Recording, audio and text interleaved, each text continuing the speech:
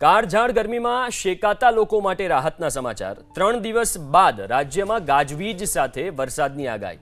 હવામાન વિભાગે રાજ્યમાં વરસાદને લઈને અનુમાન વ્યક્ત કર્યું। 30 મેના સાબરકાંઠા, અરવલ્લી, મહીસાગરમાં વરસાદની આગાહી। 31 મેના સાબરકાંઠા, અરવલ્લી, મહીસાગરમાં વરસાદનું અનુમાન। 31 મેના દાહોદ, પંચમહાલમાં પણ વરસાદની આગાહી।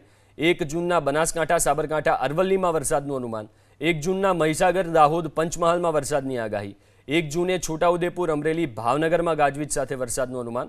3 દિવસ બાદ મહત્તમ તાપમાનમાં 2 થી 3 ડિગ્રીનો ઘટાડો થશે।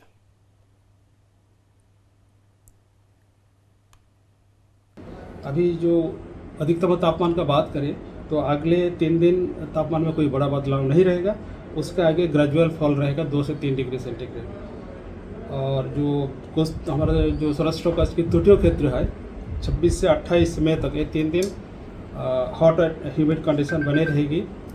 गर्म और उष्ण उमस भरी पवन के कारण असहज स्थिति बने रहने का संभावना रहेगी कोस्टल सौराष्ट्र कच्छ की, जो तटीय सौराष्ट्र कच्छ की तटीय क्षेत्र है।